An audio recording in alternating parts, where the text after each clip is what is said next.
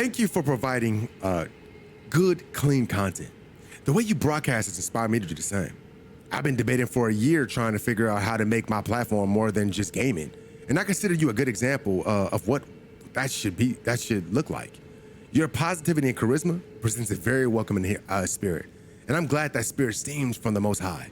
Definitely looking forward to more Bible study sessions as well. God bless you, man. Hey, wow.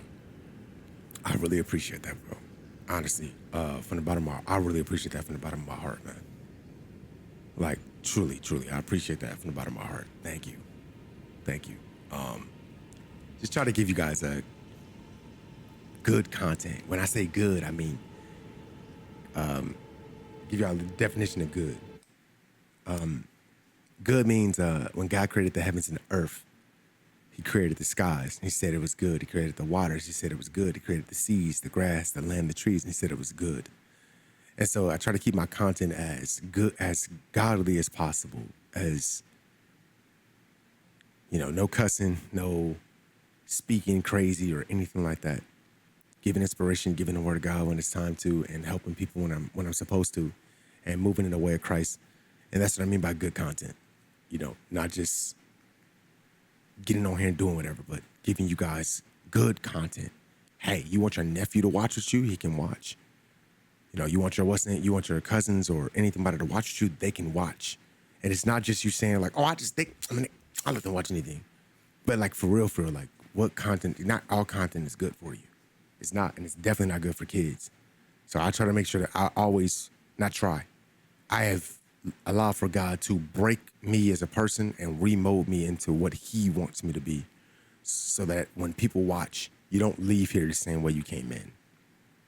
I want you to laugh. I want you to cry. I want you to have, want you to be angry. I want you to get all those things out, so that when you leave here, you can leave here with fulfillment, knowing like, hey, I still got things I got to do. I still got things to get done. And when I watched his show, I felt better.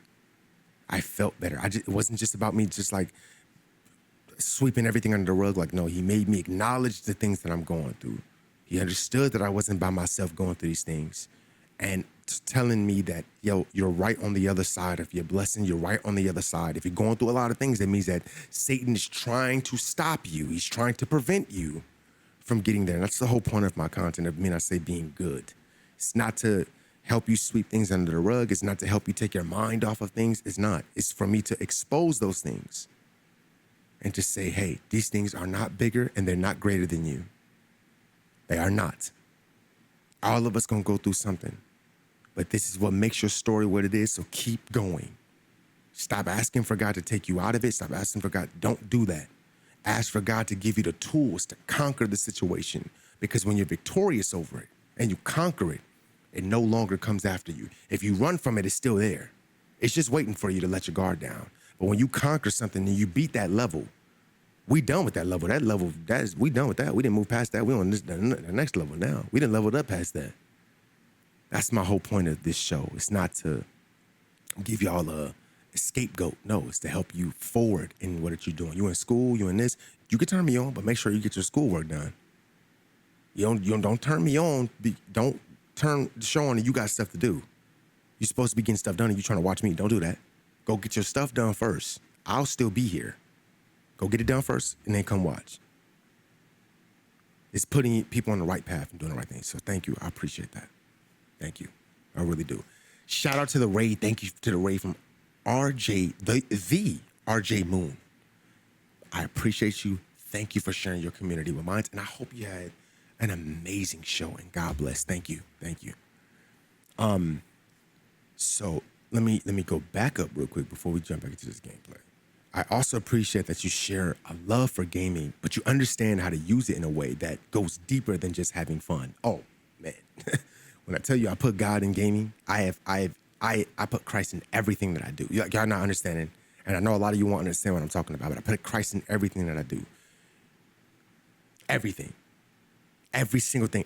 When I play a video game, when I'm playing something, I put him in everything, because I want to see, like, look, if God says that he's that good, he says give all your cares, everything. And he says that he enhances everything you do, in everything that you do. So if that's the case, David was a shepherd boy, but he went to go fight Goliath, right? So if you put God in everything that you do, he enhances from his shepherd boy work to him being a husband, to him being a fighter, to him being a warrior. I'm doing the same thing. Like, hey, how can I bring Christ into what I'm doing with gaming wise? So when y'all ask me questions, how can you, like Trey always preaching, he go through a point where if you give him a game, he gonna learn it and he gonna start teaching it. But I don't play the game as much as other people do. I don't play that game all day long. I play that game for a little bit.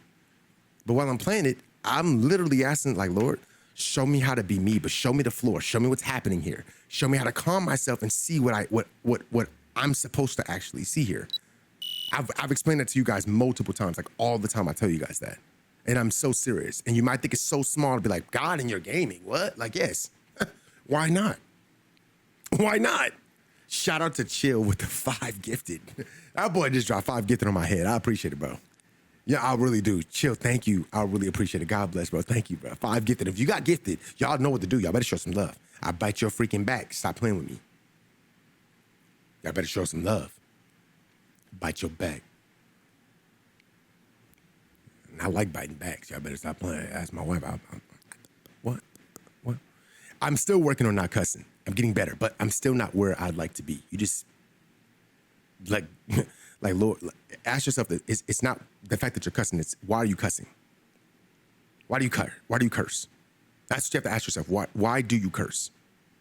Why? Where does it stem from? Where does it come from? Where does that come from? The reason why you like doing it. Don't say I just do it. No, it comes from something. Everything that we do, we don't have an original thought in our body. We don't, because we're programmed already by TV, movies, televisions, all people that are before us, like grandpas, grandfathers, uncles, nephews, all that type of stuff. Question is, why do you do the things you do? Why? Once you find out the root problem, you know how to cut it out. I found out why I cursed. I cussed because I used to think that me cussing was funnier, because when I watched like Def Jam, when I was growing up, when I watched comedy, when I watched TV shows, when I watched anything with comedy in it, when they cussed, it seemed like the only way to make the joke funny was by cussing. That's why I did it, because it seemed like the only way to be funny, and that back in the day, was you had to cuss. But then when I saw comedians that did not cuss, like Marcellus D. Wiley, when I saw comedians that didn't say cuss words, and they were hilarious, they were absolutely, I'm saying, funny. From the core, they were hilarious. And once I saw that, and I saw stand-ups where they did not use cuss words at all, and then I realized I did not have to cuss to be funny. That was the only reason why I cussed. That was the only thing holding me there. It was because I thought if you cussed, you were funnier. When you watch TV, when you watch skits or social media, everybody cusses. So you're like, well, that's how you're supposed to talk. And then I realized, like, nah, I can increase my speech so much more. I can talk with so much more intelligence by having a language that doesn't involve cussing at all. And then not only that, I never had to change up my speech patterns. I don't cuss, period. So it don't matter what building or room I go in. It's always me. It's always me, no matter what room I go in. So it's not like in this room, you hear me talking, and then when I get backstage, I'm talking completely different. I'm me, the same, wherever I am. Wherever I go, I'm the same. So that's for me. You have to find the root of why you cuss. Once you figure out what the root is, you'll stop doing it. It's not a whole, I just do it just because I do it. You'll stop doing it when you realize. And then also, too, you have to understand what curse words are. Like, what are they? If you're just cussing because everybody else does it, just because everybody else does something, don't always mean it's a good thing. And that's normally what the world does. So when you find out what curse words are, what are they? And what are you doing? Like, words have meaning. Words have meaning. And if you don't know what the meaning of those words are, and you're just using them frivolously, you have no clue what that word means. And you're wondering why certain things be happening to you in your life. If you understood some of the words that y'all say, the F word, the S word, the MF word, all these, if you understood the meaning of those words, a lot of y'all would not, I'm telling you, you would not use it. Because if you really understood, certain words were used to literally curse people. So they would say them because they were trying to curse you, like a witch would curse. That's what those words were used for. They were used to curse you, curse your entire bloodline, your whole family bloodline. That's why they were using those specific words for that. So it's just knowing like why, and then people turn it into a cool thing to just say it whenever. And so for me, it was like, nah, let me cut that out. Because now that I know what this actually means and what it's being used for, just because years go by and be like, well, it don't mean that no more. It always will mean that. That's the original meaning for it. We just try to change it to try to lighten it. It don't lighten the load. It does not lighten the load. The meaning has a meaning for it and what it was created for. That was its purpose. You cannot change the purpose of a word's original meaning. It does not change. That's just the truth. It's sad to say, but that's just the truth.